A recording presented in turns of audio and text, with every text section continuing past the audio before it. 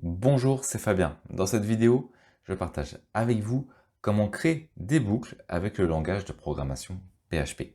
Dans des précédentes vidéos, on a vu comment utiliser les premiers éléments du langage. Maintenant, on va voir un élément qui est également important, ce sont les boucles. Alors à quoi ça sert? Ça sert tout simplement à répéter plusieurs fois à la suite une même opération, une même instruction, et tant que la condition de cette boucle est remplie, eh bien, elle va continuer justement à procéder à cette boucle. Et une fois que la condition est terminée, eh bien, on va sortir de la boucle. Alors, un exemple vaut mieux que 1000 mots.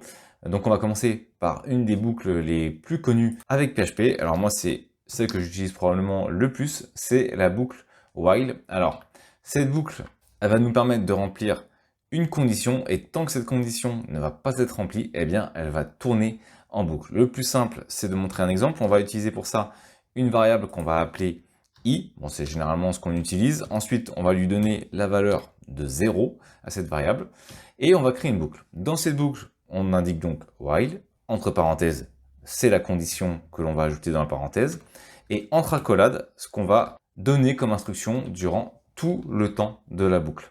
Donc dans while, on va indiquer par exemple que tant que i, donc notre variable i qui est actuellement à 0, est inférieur à 10, alors on va afficher echo, on n'oublie pas le point virgule, on va indiquer par exemple il ne faut pas regarder la télé trop tard le soir. Allez, on va imaginer donc qu'on a une punition à écrire, on a 10 lignes à faire, et bien on va utiliser une petite boucle pour gagner du temps et pouvoir ensuite être tranquille. Donc avec cette boucle, hop, je vais remettre comme il faut, elle va nous permettre quoi? Elle va nous permettre d'écrire 10 fois notre phrase « Il ne faut pas regarder la télé trop tard le soir ». Alors si je lance la boucle comme ça, on va avoir un gros problème puisque la boucle ne va jamais se terminer. Pourquoi? Parce que i vaut 0. Ici, on lui indique que tant que i est inférieur à 10, eh bien, il faut écrire ça. Donc lui, qu'est-ce qu'il va faire? I vaudra 0, donc c'est inférieur à 10. Il va lancer l'écho, donc il va écrire la phrase. Puis, il va arriver dans un deuxième tour.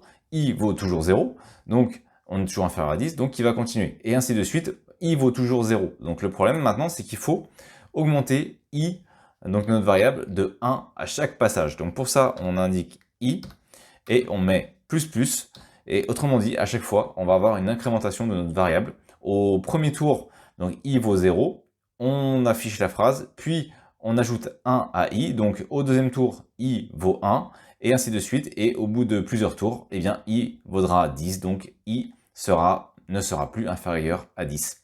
Et pour vérifier ça, ce qu'on peut faire, on peut ajouter notre variable ici au tout début. On va indiquer par exemple variable i, et puis on va mettre hop, un petit tiret, et on va voir ainsi au niveau de notre variable l'augmentation au fur et à mesure de cette dernière. Donc ici j'ai rajouté le solding en HTML, et on va donc pouvoir lancer notre fameuse boucle. Et comme on peut le voir, au début ça vaut 0, puis au deuxième tour on augmente de 1, 2, 3, 4, 5, 6, 7, 8, 9. Donc si j'avais voulu que i termine à la ligne 10, il aurait fallu que je commence de 1, mais là comme je commence de 0, eh bien c'est le problème, eh bien on part de 0. Le premier tour vaut 0. Donc là par exemple si je modifie comme ça, eh bien je n'ai plus ma ligne 0, par contre j'ai toujours pas ma ligne 10, donc il faudrait que j'indique soit inférieur à 11, puisque 10, si au moment où j'arrive à 10, 10 n'est pas inférieur à 10, par contre 10 est inférieur à 11, donc désormais si je fais actualiser, j'ai bien ma ligne numéro 10. Voilà, donc c'est relativement simple de créer une boucle, c'est juste une suite d'instructions en fonction d'une condition qu'on a créée précédemment. On va voir une deuxième boucle très connue avec PHP, donc c'est la boucle for. Donc dans cette dernière, elle est légèrement différente puisque en fait dans la condition, on va déjà indiquer les éléments. Par exemple, on va indiquer une variable y, où on va indiquer que cette variable vaut 0. On va faire exactement la même chose, mais donc différemment qu'avec la boucle while. Donc ma variable y vaut 0, c'est le même principe que ici ma variable i.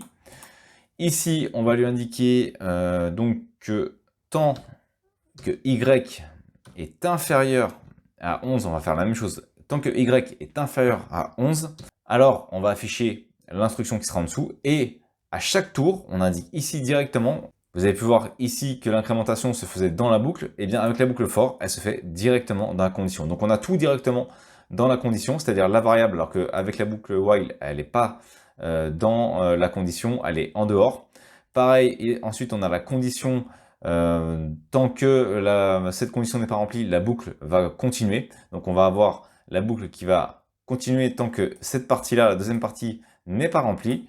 Et ici, on indique qu'on va +1 à chaque fois. Donc cette boucle elle est particulièrement utile si notamment on sait qu'on a un certain nombre de tours qu'on va réaliser. Ensuite, on va ajouter les accolades. Et au niveau des accolades, on va faire exactement la même chose. Hop, je vais reprendre au-dessus, voilà, et je vais changer, donc c'est pas i cette fois-ci, ma variable c'est y, et entre les deux, je vais ajouter un seul ligne en HTML, on va même en ajouter deux, et on va, hop, ajouter le petit point virgule pour donc que ça fonctionne au niveau de l'instruction. Alors, c'est parti, maintenant je vais actualiser, et comme prévu, j'ai exactement la même chose, sauf que cette fois-ci, j'ai 11 lignes, puisque j'ai repris la ligne 0, donc je vais refaire la même chose, je vais repartir de 1, et je vais actualiser, et cette fois-ci, donc j'ai bien 10 lignes ici, 10 lignes ici également. Voilà une deuxième solution pour créer une boucle en PHP. Vous allez voir que c'était relativement simple. Ensuite, on va voir une troisième solution, c'est la boucle do while. Alors, avec la boucle do while, la différence, c'est qu'on va forcément faire un tour, même si la condition n'est pas remplie. Je vous donne un exemple. Tac, on va reprendre ici une nouvelle variable. On va indiquer que cette variable, c'est la variable z, que cette variable vaut 2. On va ajouter donc notre boucle qui va être do. Entre accolades, on descend, on va indiquer echo. Combien vaut z, donc combien vaut la variable z, fin de l'instruction. On va ajouter à z une incrémentation, donc z va prendre +1 à chaque tour de boucle, mais là, en l'occurrence, ça va pas être très important à ce niveau-là, puisque là, ça va être la démonstration où on va justement voir en fait, on va faire un premier tour, même si la condition n'est pas remplie. Et donc, ensuite, on va indiquer while, c'est quoi? C'est la condition. Et donc, la condition, on va indiquer que, hop, je vais revenir en arrière, je vais indiquer que tant que z est inférieur à 1, alors on va boucler. Sauf que z n'est pas inférieur à 1, puisqu'il est à 2. Donc, dans une boucle comme while, par exemple, eh bien, la condition ne serait pas remplie, donc il ne se passerait rien. Sauf que là, notre objectif, c'est que la boucle fasse forcément un tour, même si la condition n'est pas remplie. Donc, la condition, elle n'est pas remplie puisque z est supérieur à 1, la variable est égale à 2, et donc on va voir que grâce à cette boucle, eh bien, ça va quand même afficher au moins un tour. Donc, je vais actualiser, et comme prévu, j'ai bien ma variable z qui s'affiche ici, donc dans le echo z, elle est égale à 2, elle est pourtant supérieure à ma condition, mais la boucle do while permet de forcément faire un tour, même si la condition n'est pas remplie. Ensuite, on aurait pu voir une autre boucle, c'est la boucle for each. Alors, je ne sais pas si je le prononce très bien, mais peu importe. Donc, elle est particulièrement utile lorsqu'on va parcourir justement les tableaux, lorsqu'on crée des tableaux avec le langage de programmation. On verra ça un petit peu plus tard. Je la réserve pour après. Mais déjà, avec ces trois boucles-là, on peut déjà faire l'essentiel du travail. Merci d'avoir regardé cette vidéo. Si vous n'êtes pas abonné, j'espère que cette vidéo vous donnera envie de le faire en cliquant sur le bouton s'abonner et en activant les notifications pour ne manquer aucune des prochaines vidéos. De plus, vous trouverez dans la description un sondage pour déterminer les prochains sujets. À très vite pour une nouvelle vidéo.